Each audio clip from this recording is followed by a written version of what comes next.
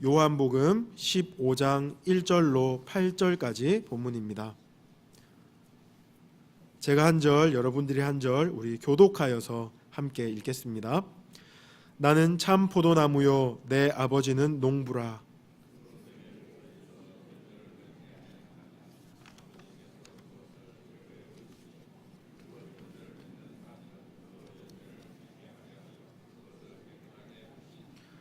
너희는 내가 일러준 말로 이미 깨끗하여졌으니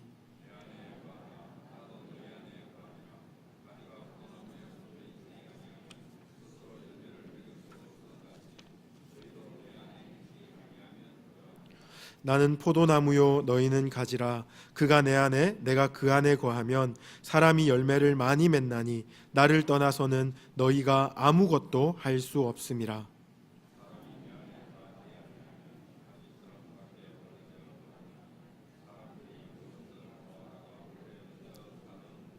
너희가 내 안에 거하고 내 말이 너희 안에 거하면 무엇이든지 원하는 대로 구하라. 그리하면 이루리라. 많이 맺으면 내 아버지께서 영광을 받으실 것이요 너희는 내 제자가 되리라. 아멘. 우리는 계속해서 온전함이라는 주제로 수요 예배를 진행하고 있습니다. 오늘은 그 네 번째 시간입니다. 우리를 온전케 하는 그리스도라는 제목으로 말씀을 함께 좀 나누고자 합니다. 예수님은 우리를 온전케 하십니다. 이것은 진리입니다. 진리. 논리가 아니라 진리이다. 여러분들이 그렇게 기억하시면 좋겠습니다. 우리를 온전케 하시는 분은 예수님이다. 그런데 주님께서 우리를 온전케 하신다 할 때 제가 NIV 영어 성경을 찾아보았습니다. 그러니까 make perfect 이렇게 적혀 있더라고요. 완벽하게 만드신다. 그래서 제가 부담이 확 되었습니다. 예수님이 나를 온전하게 하실 때 나를 완벽하게 만드신다 하셨는데 내 자신을 보니까 완벽하지 않잖아요. 그래서 성경을 이리저리 펴면서 온전함을 어떻게 성경에서 사용하고 있는지 그 용례를 찾아보았습니다. 개인적으로는 이렇게 온전함이 적용이 됩니다. 율법을 잘 지킨다. 주님께 충성되이 행한다. 지혜롭고 정직하다. 이웃을 차별 없이 대한다. 이것이 온전함의 실제적인 뜻입니다. 성도가 말씀을 잘 지켜 행하고 정직하게 행하고 지혜롭게 행하고 충성스럽게 행하는 것을 성경은 온전함이다 이렇게 말하고 있습니다. 그런가 하면 공동체적으로는 나뉨 없이 한 마음이 된다 이런 뜻으로 온전함을 사용하고 있더라고요. 그러니까 온전함은 완벽해지는 것, 세상이 볼 때 하나님이 볼 때 티 없이 흠결 없이 완벽해지는 것이 아니고 하나님이 기뻐하시는 모습이 되는 것, 그리고 예수님을 닮은 모습이 되는 것이 우리가 실제적으로 적용해 볼 수 있는 온전함이나 여러분들이 그렇게 생각하시면 되겠습니다. 주님께서 우리를 이렇게 온전하게 만들어 주십니다. 때로는 시간이 걸리고 때로는 우리가 넘어졌다 일어났다를 반복하겠지만 주님이 우리 인생에 들어오셔서 우리를 이토록 예수님 닮은 사람으로 그리고 하나님을 기쁘시게 하는 사람으로 만들어 내신다 하는 것이 그분이 우리를 온전케 하신다 하는 그 내용입니다. 예수님께서 우리를 어떻게 온전케 하시느냐, 오늘 그 얘기를 좀 살펴볼 건데요. 그 전에 제가 여러분들에게 좀 정리해 드리고 싶은 내용이 있습니다. 무엇이냐 하면 우리를 온전케 하시는 예수님이 어떻게 온전하신지에 대한 이야기를 좀 드리고 싶습니다. 조금 더 제가 정리해서 말씀드려 볼게요. 우리를 온전케 하시는 분은 반드시 온전하셔야 합니다. 자기가 부족한데, 자기가 온전하지 않는데, 자기가 여러모로 흠결이 있는데 다른 사람을 온전하게 만들 수는 없는 것입니다. 여러분, 세간을 떠들썩하게 하는 이단들이 참 많이 있죠. 그 이단에서 약속하는 것이 있습니다. 뭐냐면 영생불사입니다. 영생불사. 우리 그룹에 들어오면, 우리가 가르치는 교리를 잘 배우면 너는 죽지 않을 것이다, 뭐 이런 가르침을 가르칩니다.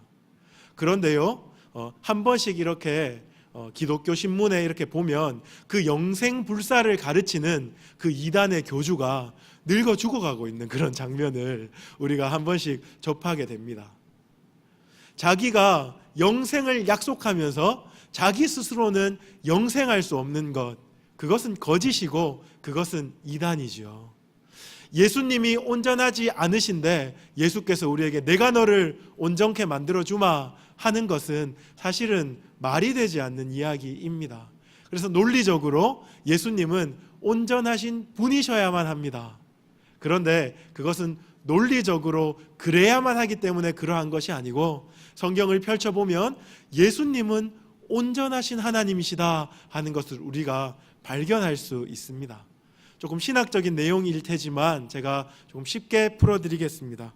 예수님이 왜 온전하신가 하는 것을 우리 장로교의 교리에서는 크게 두 가지로 설명해 주고 있습니다. 첫 번째는요, 예수님은 온전하신 하나님인 동시에 온전하신 사람이다 이렇게 말해주고 있습니다. 예수님은 온전하신 하나님이다 하는 것은요, 이런 의미입니다. 예수라는 사람이 이 땅에 태어났습니다. 그런데 예수라는 사람이 남다르게 신실하고 남다르게 특별하고 남다르게 정말로 하나님 앞에 온전한 모습인 겁니다. 하나님이 하늘에서 이렇게 내려다보시다가 정말 예수라는 사람이 예쁜 거예요.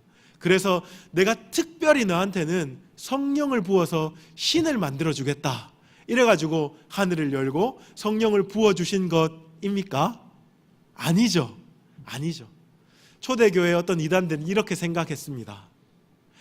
하나님이 아니고 사람인데 하나님이 이 사람 예수를 어여삐 여기셔서 성령을 부어주셨다 이렇게 말하는 겁니다. 아닙니다.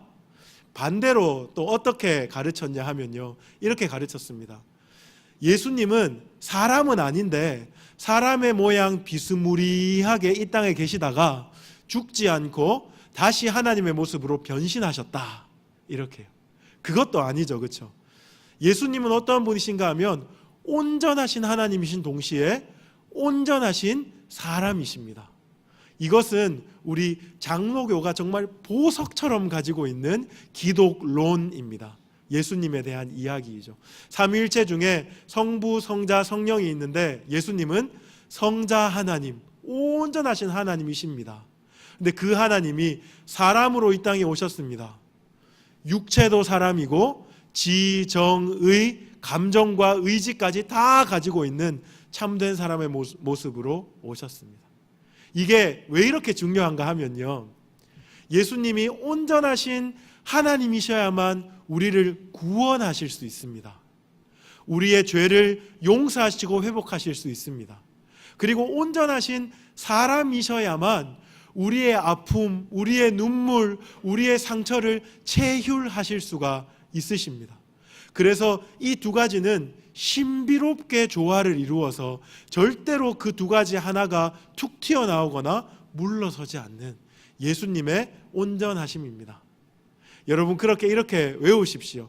앞으로 계속해서 이런 설교를 들으실 때 다시 한번 기억하시면 좋겠는데, 예수님은 참 하나님이시고 참 사람이십니다. 다르게 말하면 온전하신 하나님이고 온전하신 사람이십니다. 그렇기 때문에 우리를 온전케 하실 수 있습니다. 뿐만 아니라 예수님은 이 땅에서 율법을 완성하셨고 사망 권세를 깨뜨리신 분이십니다. 다 이루었다 하고 십자가에서 외치셨죠. 그것이 외마디 비명이었지만 이 비명 속에 어떤 의미가 포함되어 있냐면, 이 땅에 그 누구도 율법을 온전히 성취할 수 없었는데 예수 사람으로 이 땅에 오셔서 그것을 성취하셨다, 그 의미가 담겨져 있습니다. 그리고 이 땅에 누구도 사망 권세를 깨뜨릴 수 없었는데 예수 사람 몸 입고 오셔서 사망 권세를 깨뜨리심으로 인류의 대표가 되셨다, 그런 고백입니다. 그렇기 때문에 예수님 온전하십니다. 다시 정리할게요. 예수님은 온전하신 하나님이고 온전하신 사람이십니다. 예수님은 율법을 성취하셨고 사망 권세를 깨뜨리셨습니다. 그래서 그분은 찬양받기에 합당하신 온전하신 예수 그리스도이십니다. 이단의 사이비 괴수가 내가 예수다, 천만에요. 말도 안 되는 소리 하고 있는 거죠.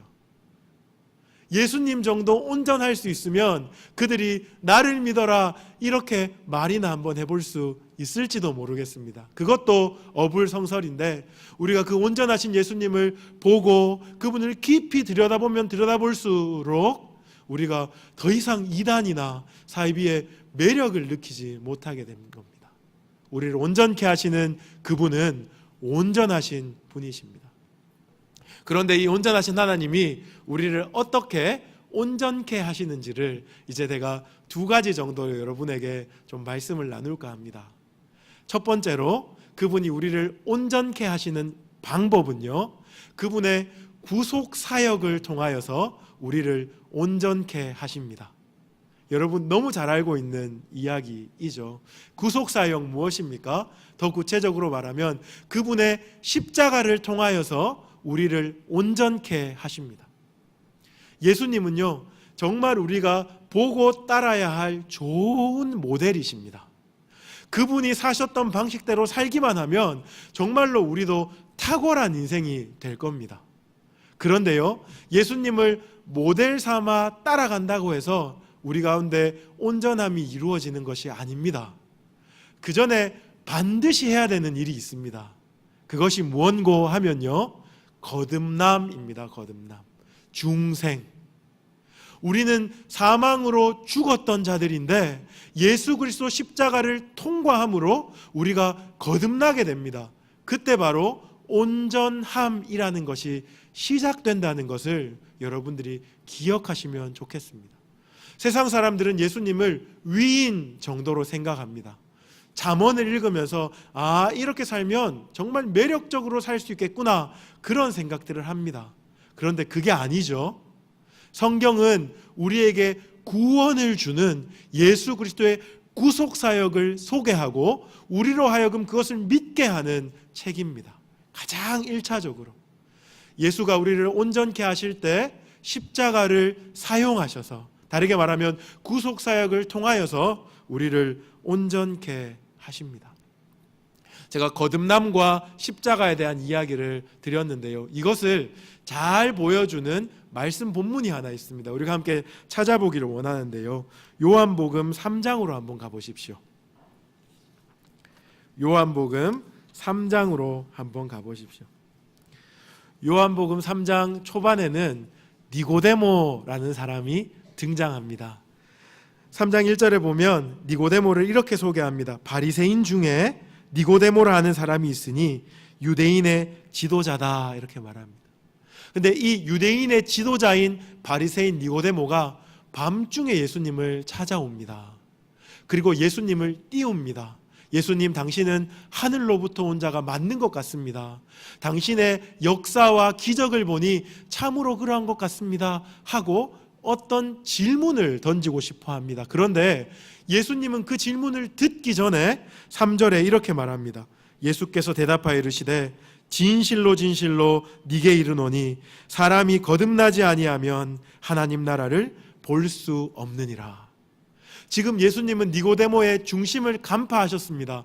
그가 와서 거듭남에 대한 질문을 하고 싶어 하는 것을 예수님은 꿰뚫어 보셨던 거죠. 그리고 예수님은 바로 본론으로 들어가셔서 사람이 거듭나지 아니하면 하나님 나라에 들어갈 수 없다, 이렇게 말합니다. 그때 니고데모가 4절에 이렇게 질문을 합니다. 니고데모가 이르되 사람이 늙으면 어떻게 날 수 있사옵나이까? 두 번째 모태에 들어갔다가 날 수 있사옵나이까? 이렇게 우리도 던지고 싶은 그 질문을 던집니다. 그때 예수님께서 이렇게 대답하십니다. 5절 우리 같이 한번 합독하겠습니다. 시작. 예수께서 대답하시되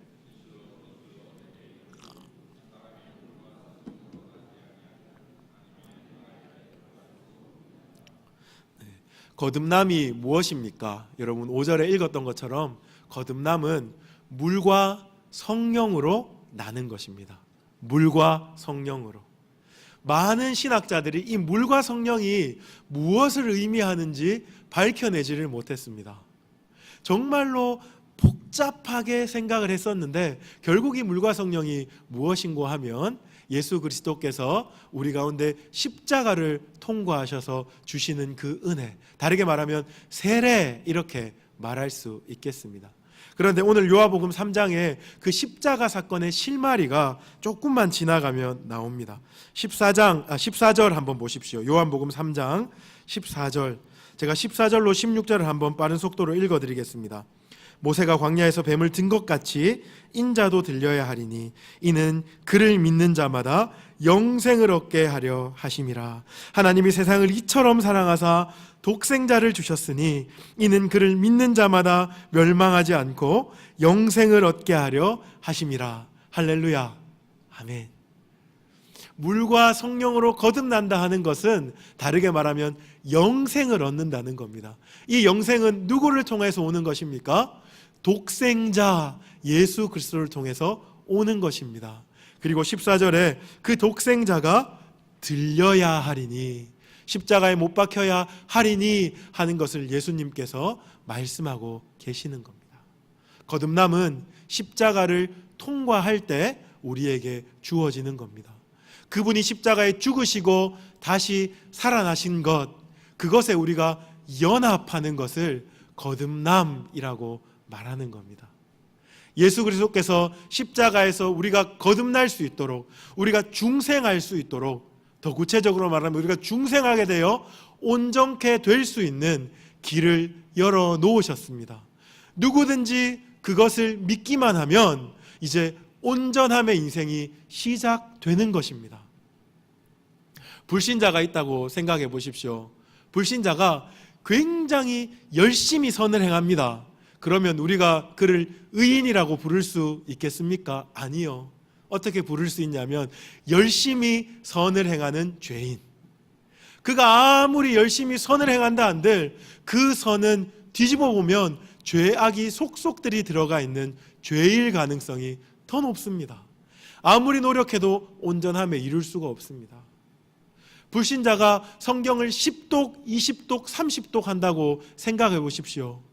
그렇게 하며 중생을 경험하면 참 좋겠지만 그렇지 못하고 그냥 말씀으로, 그냥 교훈으로, 그냥 모범으로 열심히 읽으면 어떻게 말할 수 있겠습니까? 성경 열심히 읽는 죄인이죠. 죄인. 그가 온전함에 이룰 수 없습니다.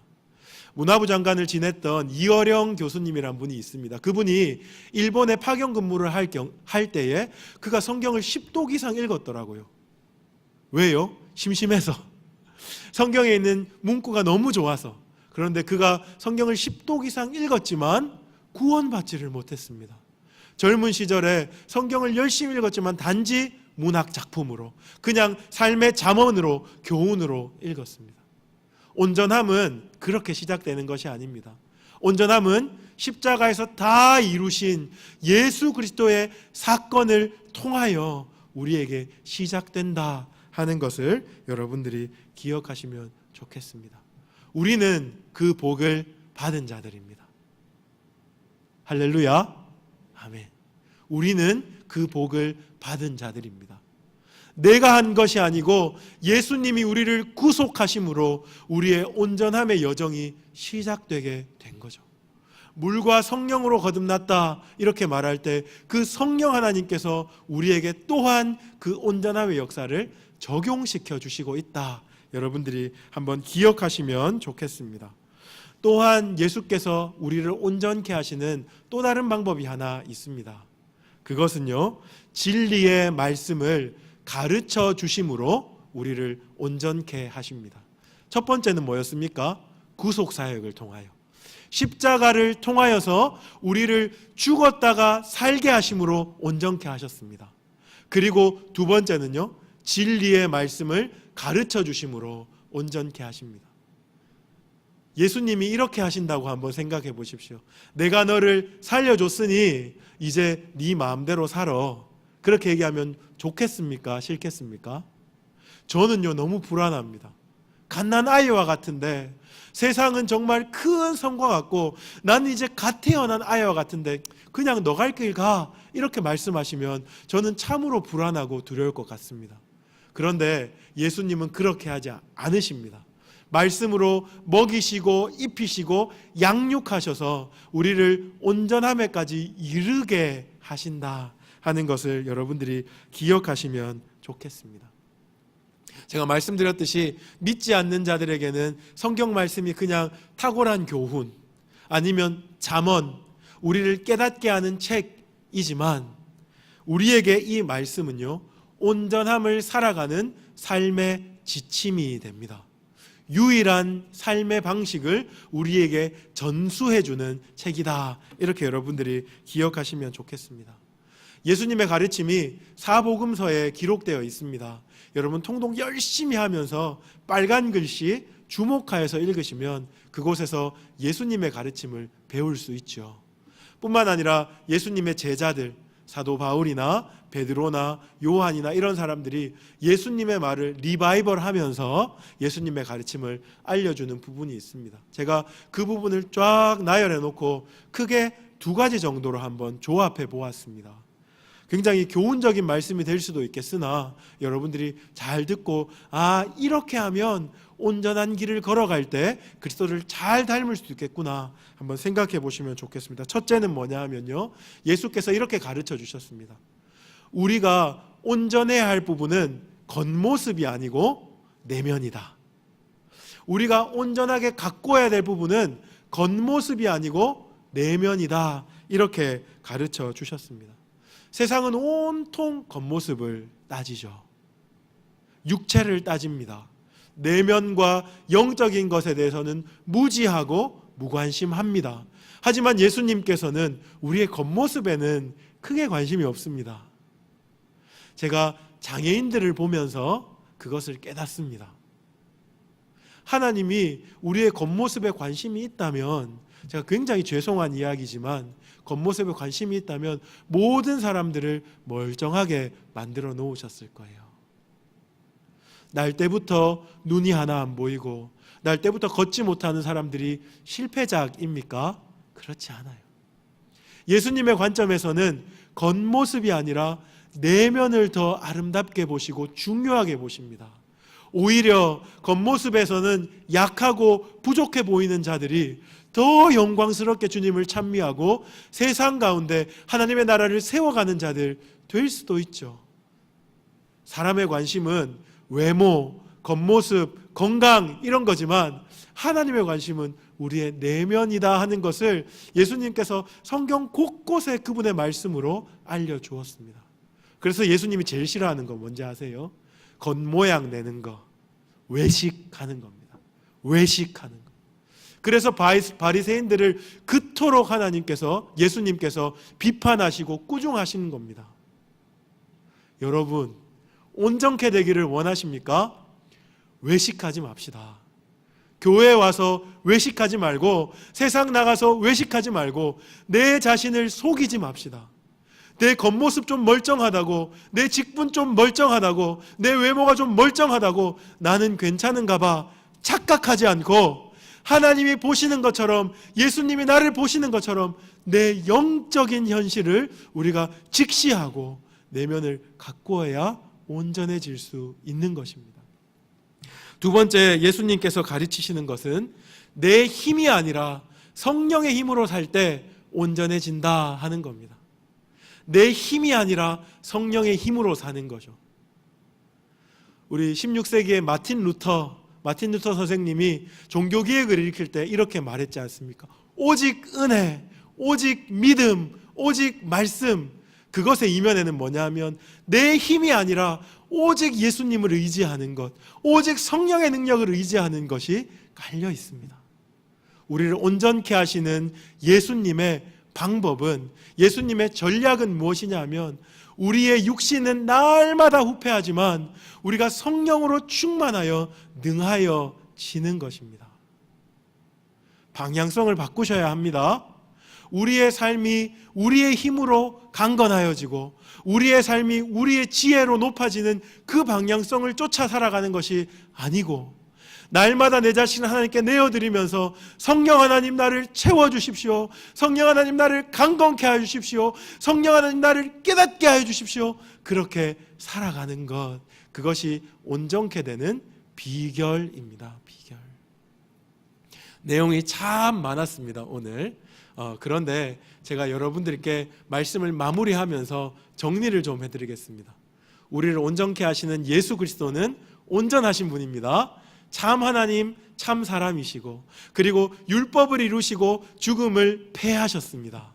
그래서 온전하신 분인데, 그분이 우리를 온전케 하시는 방식, 첫 번째, 십자가로 구속하심으로 죽었던 우리를 살리시며 영생을 주심으로 온전케 하십니다. 그리고 또요, 그분의 가르치심으로 우리를 영생을 온전케 살아가도록 만들어 주시는 거죠. 어떻게요?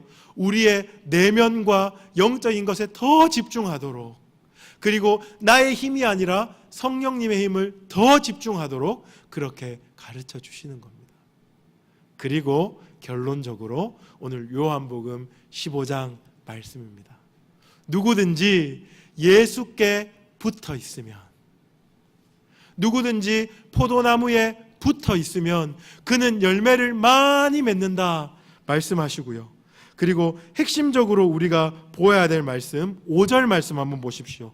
15장 5절 읽고 말씀을 마무리하겠습니다. 한번 읽어볼까요? 15장 5절 시작. 나는 포도나무요